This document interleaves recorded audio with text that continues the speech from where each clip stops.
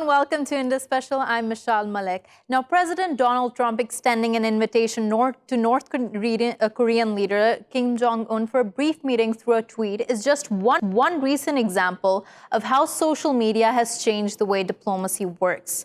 With Twitter, Facebook, and Instagram, politicians have more access to the public, both at home and abroad, than ever before. But what are the consequences when political figures start to rely heavily on social media? What's at risk when world leaders use Twitter diplomacy, bypassing protocols and SOPs? And what happens when the public counters official narratives on these very platforms? On tonight's show, let's explore this debate. We welcome to the show our guest tonight, Mr. Valerio Bordonaro, who is joining us from Rome. He is the advisor to former Prime Minister of Italy, Enrico Letta. We're also joined by Mr. Philip Seib, who is a professor of journalism and public diplomacy, and he is joining us from Los Angeles. Thank you both for joining us. Mr. Bordonaro, let me begin with you. Now tell us, how do you think social media has transformed diplomacy? Well, what I think is not just social media as transforming diplomacy, it's more the leaderism that is transforming diplomacy. We see that diplomacy is changing a lot, also because of business. So I would say that business diplomacy is changing diplomacy.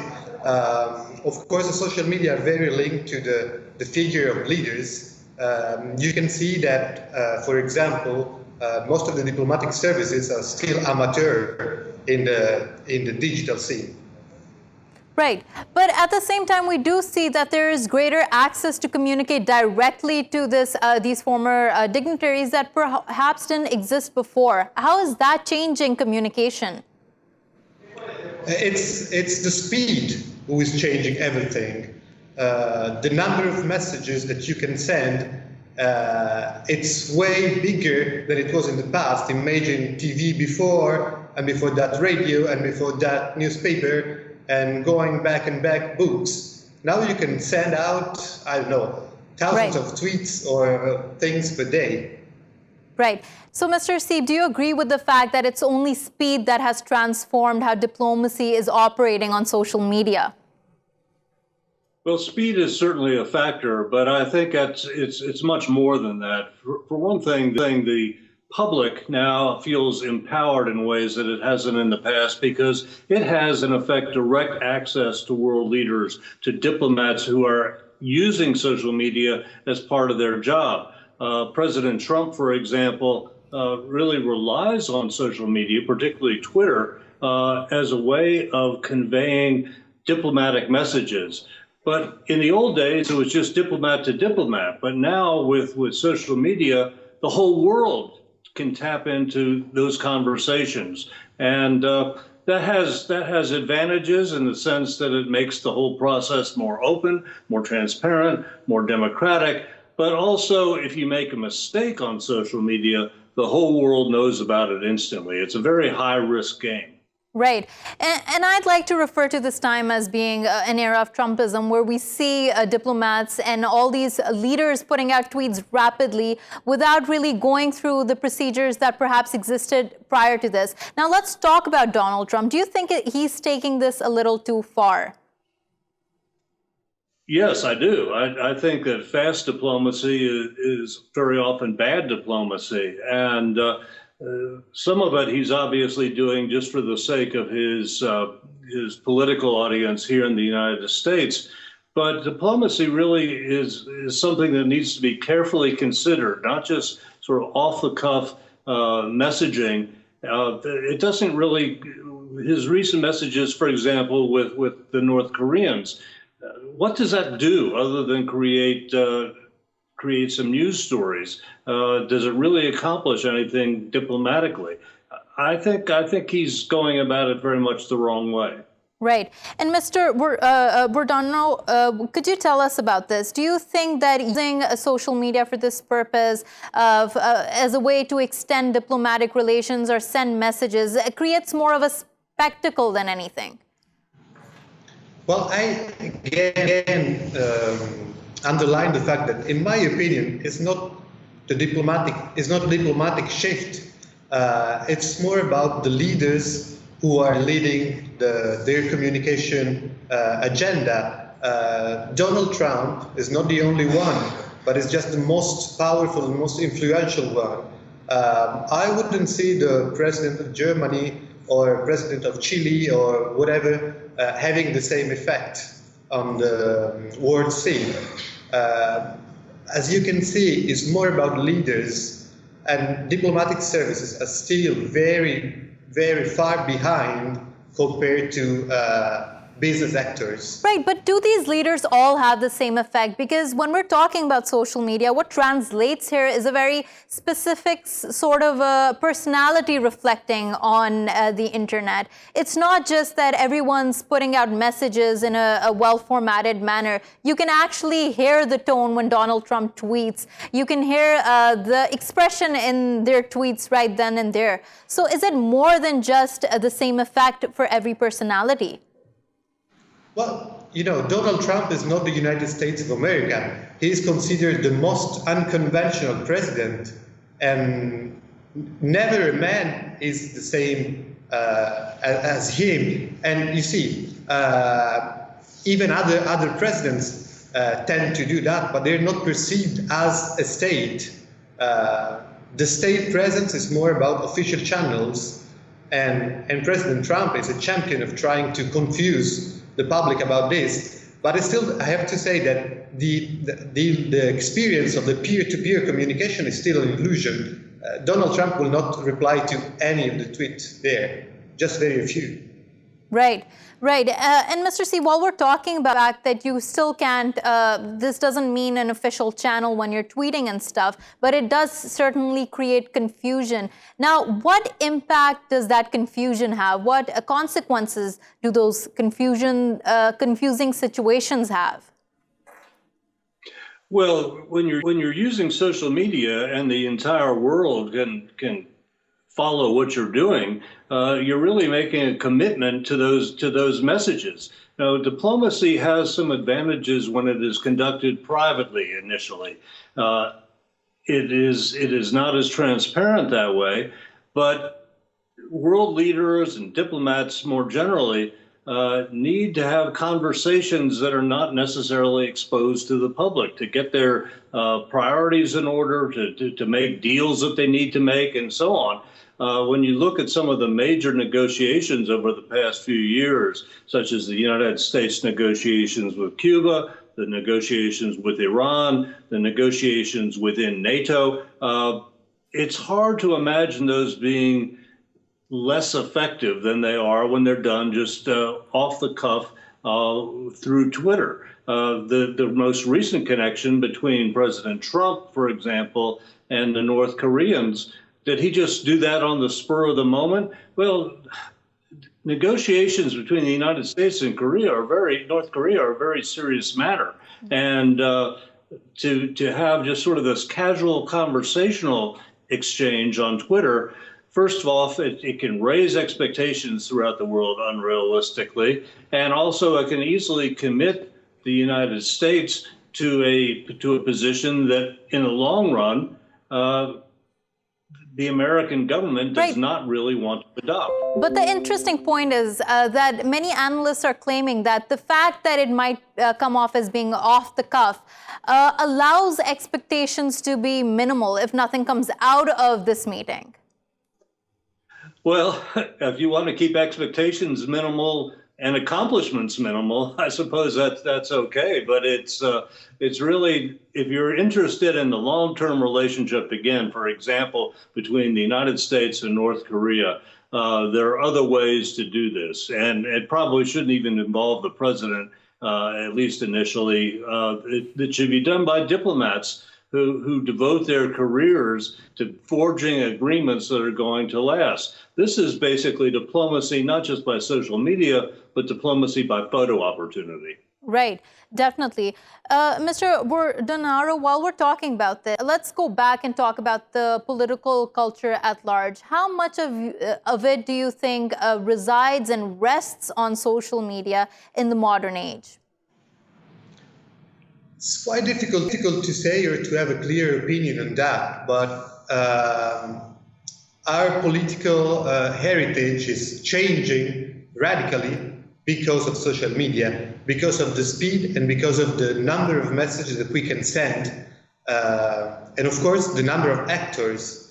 Behind any action, there are different goals, and we are no longer able to understand what is the main goal. With President Trump, what is the goal? Be re-elected, or get a settlement with North Korea, or just create confusion? We don't know it. And this is something that we have to try to understand and get in details. But we're not yet ready for that. We are still in the very early age of digital diplomacy or digital political discussion. Right.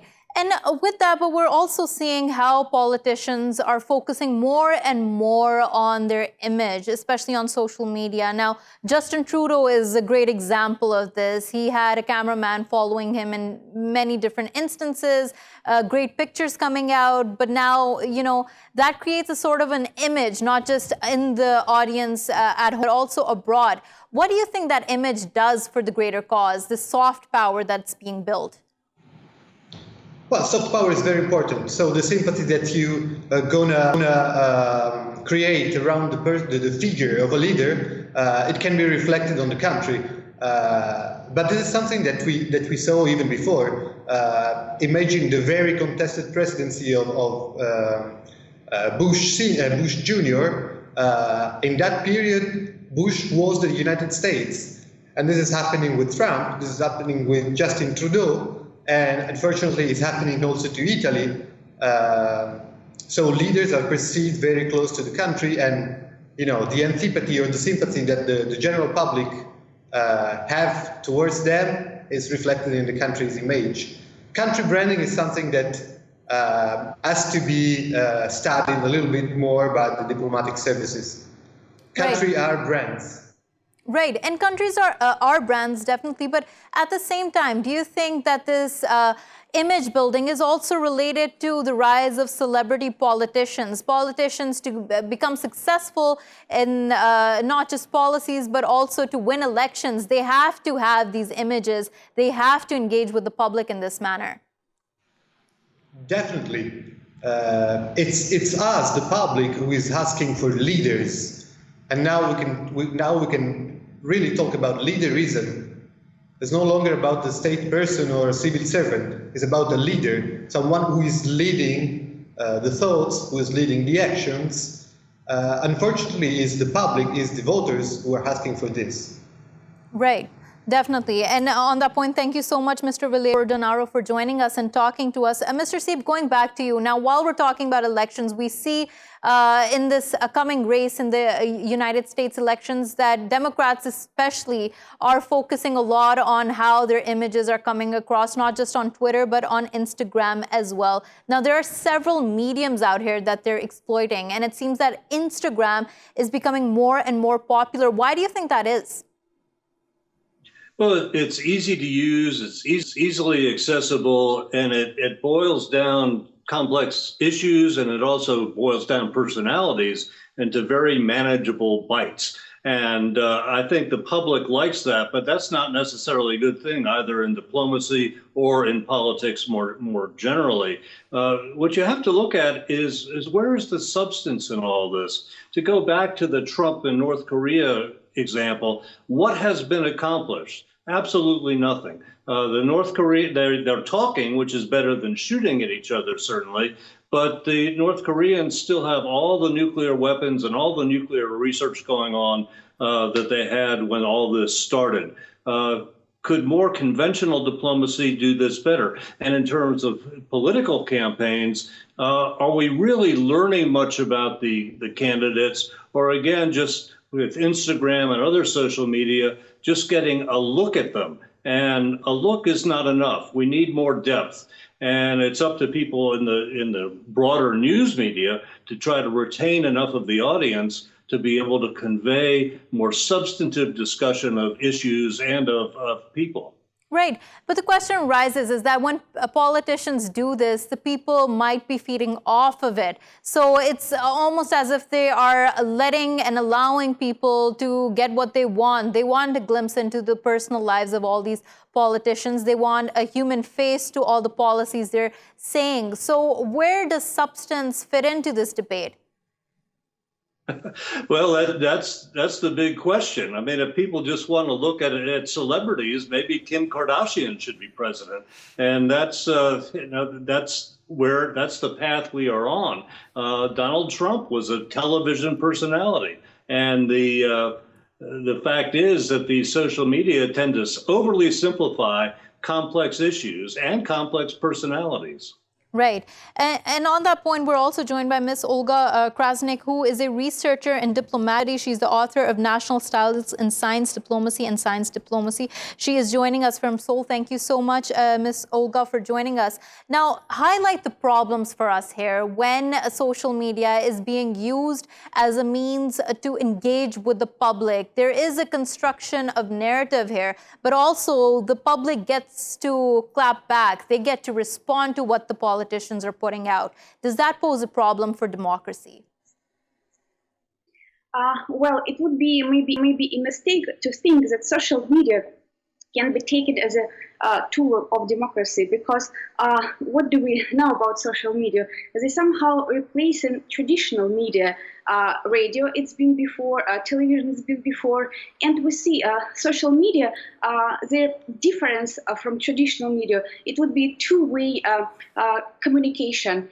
If from, let's say, from radio or from television, it would be one way of communication for somebody who transmits some information, but in social media, it could be a response. But the problem with two-way communication, not all the time somebody who provides certain narrative, they're interested maybe to talk directly to people, to know their audience. And now we have a different set of problems with trolls, with bots, with everything. So the point is, with social media, it's a two-way communication, but not all the time it can be achieved this way. Right.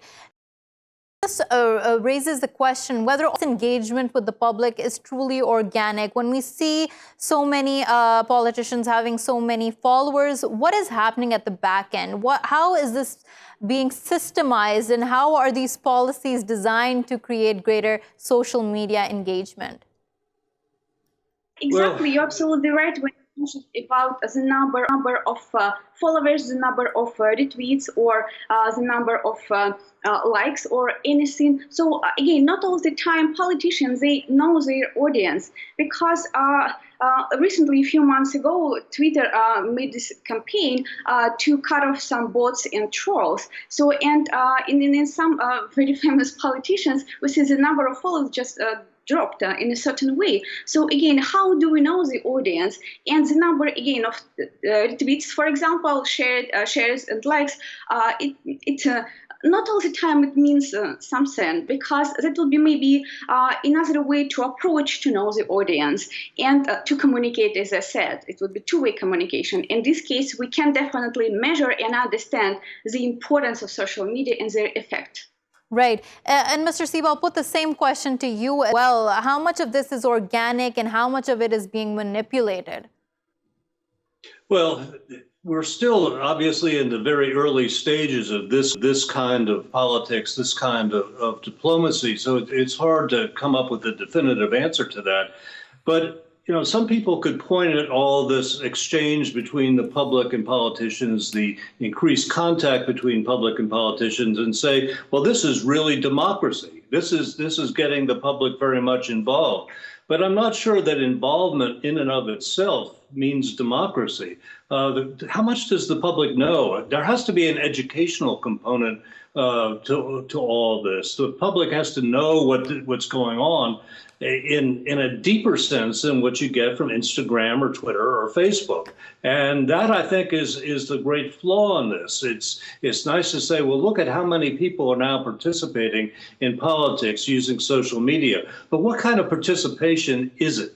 Is it really substantive, or is it just something that people are doing while they're compiling their grocery list? Right. So, Mr. Seib, here now, on who does the onus lie to inform the public? Because we know that politicians would like to use this as a means to distract the audience from real issues, and they have done so previously as well. So on who in this age of confusion resides the responsibility to inform in a responsible manner? I put a lot of the responsibility on the public. The public needs to inform itself better. The public needs to challenge what they see on social media and conventional media, for that matter, as well. I think the schools need to do a better job of teaching media literacy, and the traditional news media have to realize that this is a whole new dimension to politics and diplomacy, and it's important to cover this as just as you cover politics, cover social media, cover disinformation, report to the public what is going on. Because as we've seen just within the past several years, it is not particularly difficult to take advantage of the public by spreading false information. But do you think that the reason why so many are turning to social media is because there is a trust deficit with mainstream media? Well, that's something that the mainstream media have to tackle. They have to concern themselves with rebuilding trust. It wasn't always this way, you know. If you go back, say, 30 or 40 years, trust in the mainstream media and television news, for example, was very high. It was higher than the trust in politicians. So that needs to be rebuilt. But also the public, again, the public has to take some responsibility for itself. It has to take on the responsibility of not believing everything they see on social media. Right. Miss Olga, this raises a question about fake news especially, and more than that, it also raises the question about foreign players intervening in the democratic process and them disseminating misinformation. Now, we saw this in the 2016 U.S. elections, where Russia has been accused of meddling in. Now, how do you see social media, and if you see social media as a threat to democracy, what are the ways to counter it? Well, I totally agree. Social media can be taken as a threat for democracy, but at the same time, we should understand who promotes certain narrative and who's behind certain narrative and what kind of news may be disseminated or spread out. And one of the tendencies I can see in digital diplomacy and just knowing the audience, when people just started to look not at social media, but to newspapers, to traditional ways of just to get certain information.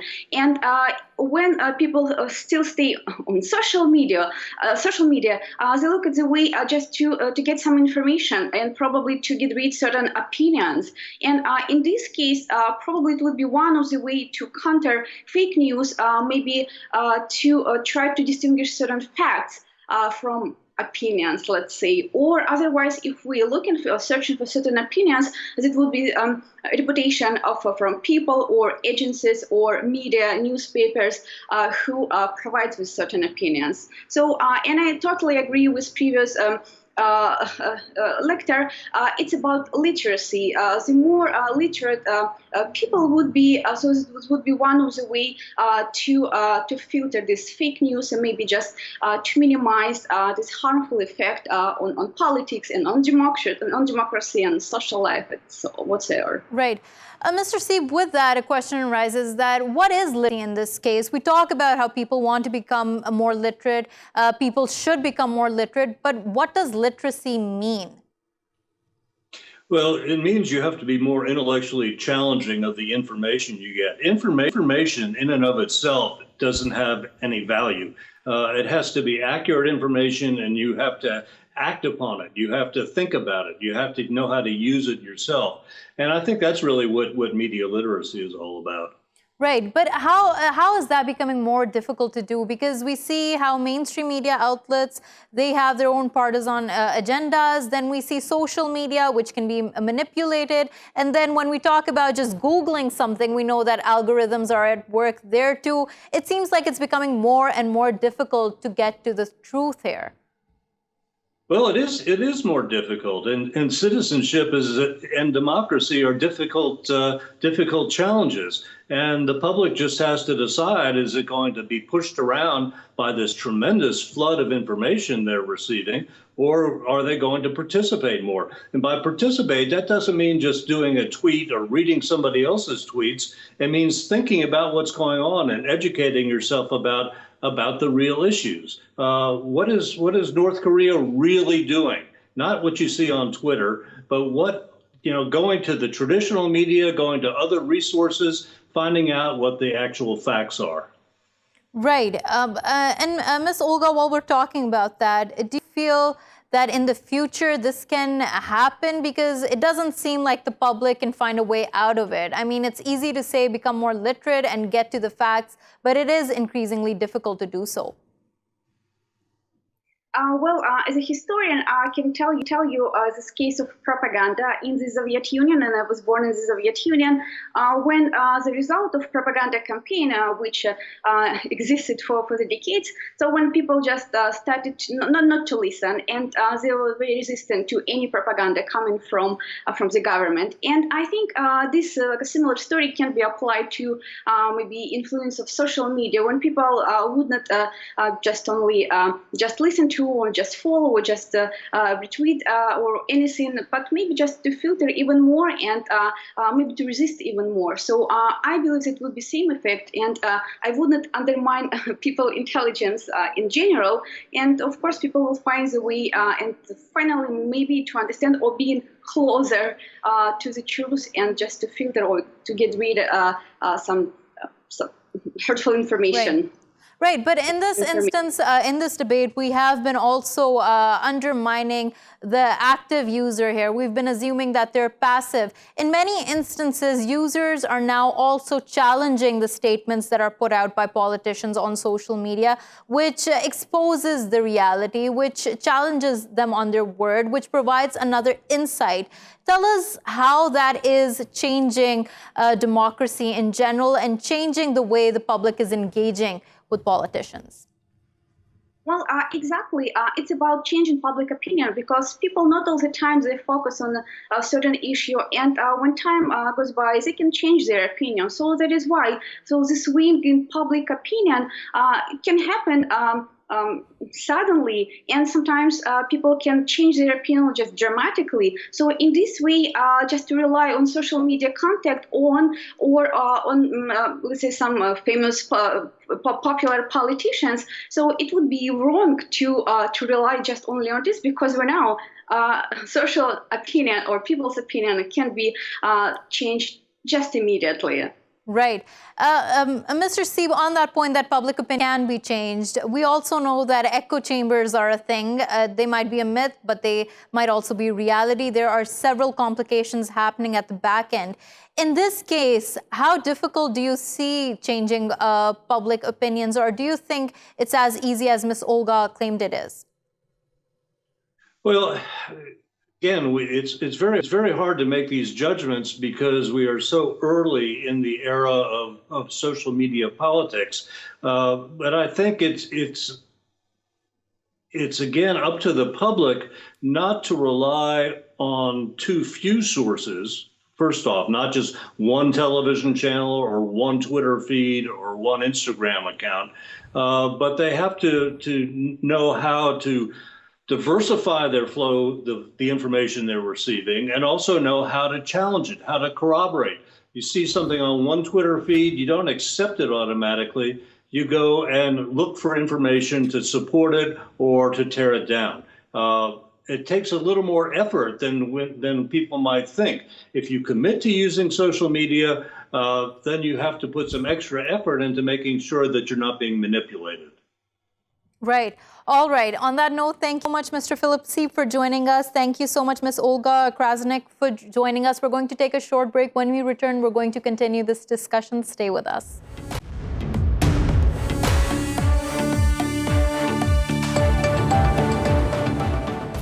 Welcome back to Indus Special. Now let's continue our discussion. We're now joined by Mr. Yaseen Kippie, who's a journalist joining us from Cape Town. We're also joined by Mr. Alejandro Matran, who's a journalist joining us from London. Thank you both for joining us. Mr. Kippie, let me begin with you. Now, we've been talking about how social media engages with politicians and how it's changing the political landscape. One thing I'd like to ask you is about narrative construction. How are narratives being produced on social media, and how are they being countered by the public? Okay, well, this is a very interesting subject because it involves every single one of us. Every day we go onto various social medias and we see a different post either from an influencer or a particular politician in our local or international environment, and we answer some of the questions that they have, or we criticize some of the opinions that they have. What is very important in this world of interstate diplomacy and interstate diplomacy is how narratives are constructed, as you rightly say. One of the most important things is, of course, speed at delivery when they do so. Of course, being busy with various corporations to understand what are the biggest topics of conversation that people are having. And one such organization that I've been looking at quite interestingly in South Africa is an organization called Brand's Eye. And what they do is they provide information to various role players in politics and in corporations in the business world by using machine learning to identify the various conversations being spoken about in politics for that location, and also have a human interface in order to create what they call an open situation room, which was tried with some success in certain places, involving consultation between senior officials and a wider public of entrepreneurs, physicians, social activists, etc. And at the end of the day... sorry to interrupt here, but this organization, like you're mentioning, wouldn't it also, if it's using machine learning, algorithms are involved in this case, and we know that with algorithms come a set of problems in themselves. Well, absolutely. But what they've done is correctly predicted Brexit. They've correctly predicted Donald Trump. And so they are seen as a major tool. And for governments, this is part of nation branding and place branding, exactly where to place your advertisement against a particular party, what people enjoy listening to. And so what they've done is that they've provided information about how long your video should be, Facebook dark posts, how it should be constructed. And so this is a major tool that politicians are now using, and the same way for organizations that are going against certain narratives from the government. Right. And on that point, Mr. Kippie, hold on. I'd like to also talk to Mr. Matran about this narrative construction. Now, if we see it as the people versus the political leaders in power, who do you think would be winning? Because we have heard of how these social media platforms in themselves have a political bias of sorts. So in this instance, who do you think constructs the stronger narrative? Well, politicians obviously have a very a high amount of resources that civilians don't have. So I think they have that advantage. And they're going to use it. They have all the chance to win in this aspect. But as well, I think that civilians are finding different ways to do this narrative altogether, finding different platforms to do it. And not only media or formal organizations, but also civilian, let's say, groups or even in Facebook pages, you can find this kind of narrative, and this is just a matter of civilians who are doing this narrative without those resources that the politicians have, or maybe just learning from the resources that the politicians have. They are learning from that and constructing new narratives from the civilian perspective. And do you feel like the civilians now have more power than they did before when it comes to expressing their opinions? Now, we've heard of several revolutions taking place because of social media. Sudan is just one recent example of how there is an internet blackout, and yet there is a trending hashtag which allows people to know about what's happening within Sudan. Now, here, do you think that people are now more empowered to challenge these narratives? yes, they are. We have to count on the aspect that the internet is a space where everyone can say whatever they want. But we also have to be very careful when we say this, and because it is true in some way, but it is not at the same time. The fact is that the internet has been shut down a few times, and Sudan is not the first time that this happened. It happened before, and not only in war or this kind of conflict, but for example, countries like North Korea or China, the internet works in a very different way, as we know in other countries. So it all depends on the own government who can decide what we have access to or not. So yes, we have power related to these, but not as much as we could have. Right. And Mr. Kippie, on that point, we have seen that perhaps the fault in mainstream media, or even if not the fault, the constraint that is put on it is that it is more prone to censorship. With social media, there is a greater amount of access and fluidity. But is it, as Mr. Matran is saying, that it's not all the potential that it could have, in fact? There is a great amount of censorship. There is a control of narrative still, but we just don't see it enough. Well, the clearest example is the reason why the Arab Spring was successful in Egypt. And I think the Mubarak administration at the time were not yet up to date with all of the new technologies at play for people to get, together and topple the government. I think Egypt currently is much more, adept at actually managing and controlling the situation. And so are so many other governments from that example. Morocco, for example, did not topple in the Arab Spring, and that was a large part of the reason why. And so censorship happens on multiple levels. The one is, of course, state regulation or state censorship. But I think a larger part of that is the political economy of corporations that people work for. Not only is your citizenship at risk for certain if you say something against the government, but now also your income at your work is also at risk if you say something that is out of line, because you risk not only the reputation of yourself as a citizen, but also your reputation as part of a company, which is inevitably affected by the policy made by that government in which the company is in.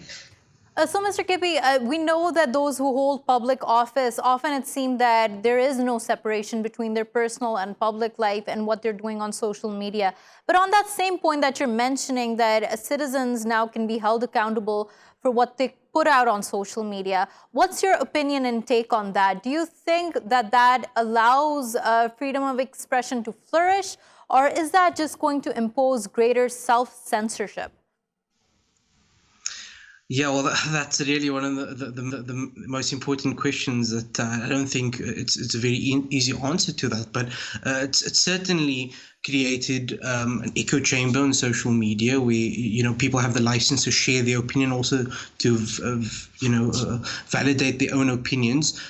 Freedom of expression in that regard is certainly protected, but in the wider scheme narrative, the idea of big data, at the end of the day, no one can manage the entirety of big data. There's this understanding that in social sciences, N equals all now when it comes to social media, and that's really a difficult landscape to manage.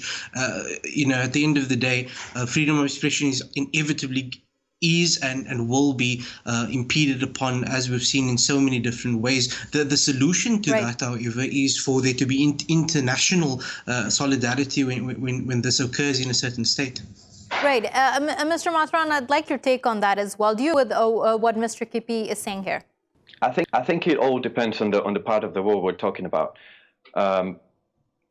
As I said before, there are some countries that let's say, limit the access we have to social media, and what can we say that you can face very serious accusations because of what you post in the social media. So we actually, I'm personally not very sure about this freedom of expression and how is it going to proceed or not. But it also depends a lot on the part of the world. in different countries. And talking about the Western world, for example, I think there's a double phase that the governments or even the social medias, it's the different networks we are using, like Twitter, Facebook, and all these kind of platforms. They're trying to show that phase that you're free, you can express yourself using those platforms. But at the same time, we have different examples that shows another reality, which is that you can face a lot of problems depending on what you're actually saying. Right. And definitely one of the biggest examples, recent examples of that is the US visa policy that states that you will be held accountable for whatever you put on social media, and that will be skimmed through. What do you see, very quickly, just last question to you, what do you see in the future in terms of global cooperation to control the internet or to make it a more safe place? Do you see that happening? I don't really see it, because of the fact that the internet or the social media are basically a couple of platforms that we are using, and they are all American. So it is very difficult to talk about cooperation, international cooperation, when the most of them are owned by one country. Only country. Right. And Mr. Kippie, the same point there, with this business model prevailing, with business interests, corporate interests aligning with certain political interests, can we see in the future for there to be a more equal platform on social media that allows for different opinions to prevail? Of course, there is a capacity for that, and we've seen that in the past. That's why we've had so much successful, certain, ousting of certain individuals, whether that's politicians in the Me Too movement, etc. But at the end of the day, there's really an irony at play, and I agree with your other guest, Ms. Matra, that the irony is that the government is trying to push back against certain internet violations, whether that's malware, all of these constructed things in order to gain access to your information, steal all your money, etc. But at the same time, they have greater access than anyone else. And any whistleblower, whether you agree with them or not, whether that's Edward Snowden or Julian Assange, they've ousted the fact that the governments are really in control of the world. Big Brother is there, and at the end of the day, what you say on social media will create a profile for you that will affect you for the rest of your life. And so some people are Luddites for this. They don't want to do anything with social media. They just delete everything, and they'd rather write a report, go into the local newspaper and work on the ground. Right. And on that point, thank you so much, Mr. Yaseen Kippie, for joining, giving us insight. Thank you so much, Mr. Alejandro Matran, for joining us. Thank you for watching Indus Special. We will see you again tomorrow with more stories. Till then, goodbye and take care.